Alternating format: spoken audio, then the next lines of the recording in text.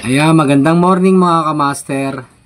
Ito, meron na naman akong isang DIY o DIY ba to o tutorial sa electrical ulit to. Pero dalawang lang po itong kable na to. Dalawang kable lang siya. Tuturo ko po sa iyo yung tamang pagkakabit po pag dudugtong ng wiring natin. Kung minsan mali kasi pagdudugtong, kung minsan kaya siya nag-short siguro o di kaya nag-i-spark yung mga natin dahil sa maling pagdudugtong ng wire. So, ituturo ko po sa inyo guys kung paano mga kamaster kung paano po pagdudugtong ng ating mga wire. So minsan kasi mga electrician dahil sa madalian na lang sigurong pagdudugtong, ginaganito lang nila yung kable. Ginaganyan lang.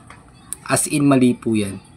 Mali po yan. Pwede po yung mahugot. Sabi siguro nila, sige basta umano lang yung current. Okay na yan. Pero mali po yan. Guys, kung may ibang electrician, ganito lang ang ginagawa nila. Kumbaga parang pinipihit lang ganun yung kable. Ay yung yung conductor ng yung tanso. Kaya kung minsan, kaya pag inugot yan, hugot na ganun, tanggal yan. So mali. Maling pagdudugtong yan. Dapat pag ganito ang dugtong, halimbawa ganyan, at tinanggalan nyo itong dalawang, dito sa gitna kayo nagtanggal. So ang tamang pagdudugtong yan, ganito. Turo ko sa inyo ha. So ang tamang pagdugtong guys, pag ganito ang splicing, ang dugtungan, ganyan. So dapat ito, ibubukan nyo to. Hindi po kayo bobo bubukan nyo po ito. Yan. Ibubukan nyo po ito. Kung meron po kayong screwdriver, kaya kutsilyo, screwdriver paano guys. Tapos ngayon, ito, ipapasok nyo to. Ito naman, diba stranded wire, ganyan. So yung isa, papasok nyo ganyan. Yan. Pag pinasok nyo ganyan, ibinukan nyo ito, diba ibinukan nyo. Tapos ito naman, ipinasok nyo yung isa kapasok na gano'n. Tapos saka nyo pipihitin ngayon tong una. Yan. Pihit na ganyan. Pero para mas maganda, hawakan nyo ng kasi siyempre pag live yan, di ba? Pag live, kailangan gano'n. Yan. Yan. O, di ba? Ganyan ang tamang pagdudugtong. Yan. Kita nyo po. O, tingnan nyo. Di ba ang ganda? Tapos yung isa naman, dito. Ganun din. Di ganun din. Ayan. Yan. Pag walang kuryente, di kamayin nyo muna. Tapos saka nyo ngayon pihitin ng wire. Ay ng plies. Pihitin nyo siya ng plies na ganyan. Diba? Pihit lang. Tignan nyo po guys. Diba ang ganda? Yan. So kahit anong mo yan ay sauce.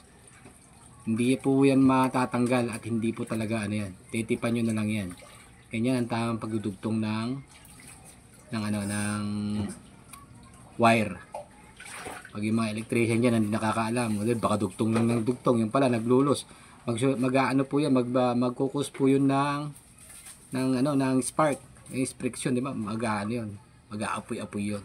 So yung iba naman nagkakaroon ng problema sa taas ng kesame kasi nga ganun nga, lalo pag doon ang problema kasi sa splicing nila sa mga junction box nila, para lang nag-splice na nagdugtong lang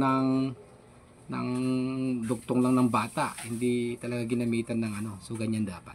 So meron pang isang pagdudugtong kasi ito lang to, isa rin tong ginagamit, pero ito isang pagdudugtong, ganito pa isa.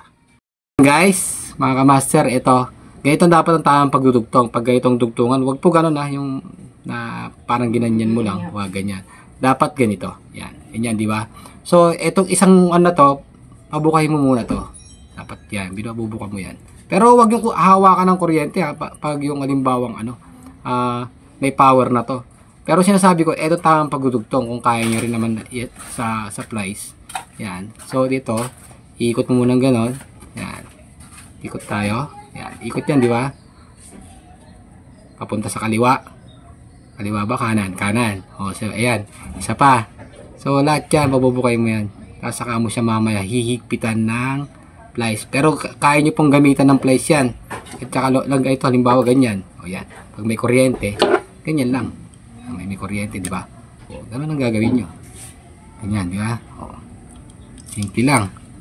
Yung mga, alam nyo na, kung yung mga dyan, nakikita nyo, kinakalawang to. si Kuya Master walang pambili, okay, bahala kayo mag-sponsor. Ha? Yung mga ano, yan. O. Ay, may natira pa kayo, di ba? May natira pa. So, ganyan din. Ganyan. Tsaka ang ganda ng ano yan, dugtungan yung guys. Ganyan talaga magdugtong, ha? Kaya pag kukuha kayo sa, ano man, kukuha kayo na in situ nyo, sa test daw kayo, ano, ganyan dapat ang pagdudugtong kasi mga instructor doon, minsan, napakagaling nila. So, yan, di ba? So, paikot na natin doon. So, ito yung isa naman, yan. Paikot naman natin itong isa. Huwag lang paikutin yung mundo nyo, ha? Yan. Yan, ikot din. Ikot tayo dyan. Yan. So, hawakan nyo to, baka mamaya may kuryente. Pag kanan kayo, o ano, dapat ganun. Diba? May kuryente. Eh, wala namang kuryente. Pwede natin hawakan ganyan. Diba?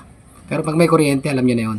Dumudulas lang yung place ko eh. Hindi ko ma-demo sa inyo na maayos eh. Yan. Hop! So, may natitira pa. Diba? Ayan. Paikutin nyo lahat yan dyan. Ayan.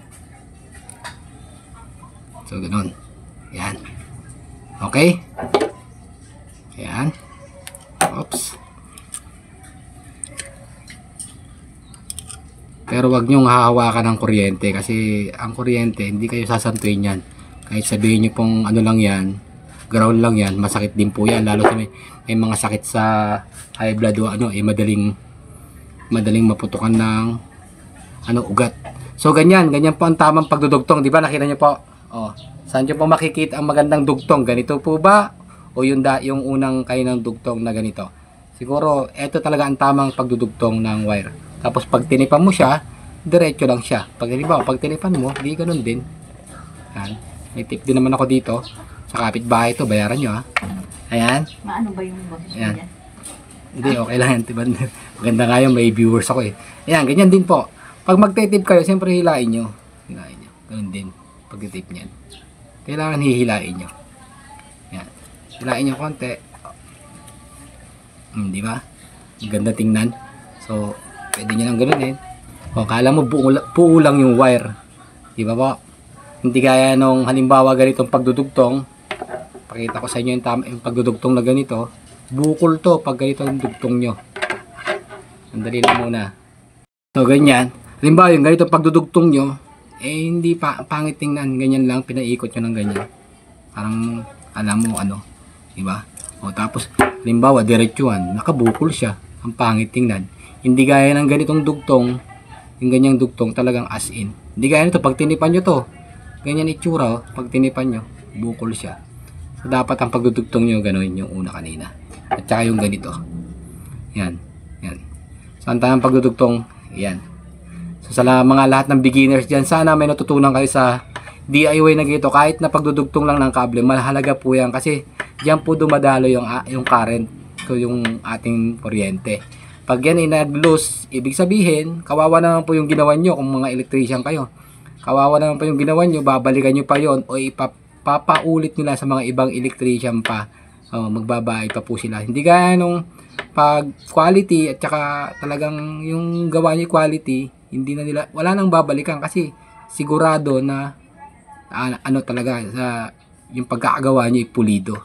So dapat ganyan ang gawin natin sa mga splicing natin sa bahay man o sa bahay nyo o sa mga ginagawa nyo ng mga bahay o kahit saan pa, industrial industrial man yan o ano, dapat ganun ang tamang pagdudugtong ng kable natin. Ilagay sa tama para baka siyempre hahanap-hanapin tayo pag halimbawang galing gumawa nun, hindi man lang nagkaano yung ano ng bahay ko, wala man lang naging trouble yung kuryente ng bahay ko. So hanggang dito na lang guys ang aking tutorial, yung aking munting mga tutorial na ganito, pero mahalaga po to sa pagiging electrician nyo, lalo mga beginner. So dapat meron kayong tutunang aral ngayong araw na to. So hanggang dito lang guys, maraming salamat at siyempre wag nyo na pong kalimutang i-like, share at saka subscribe na rin.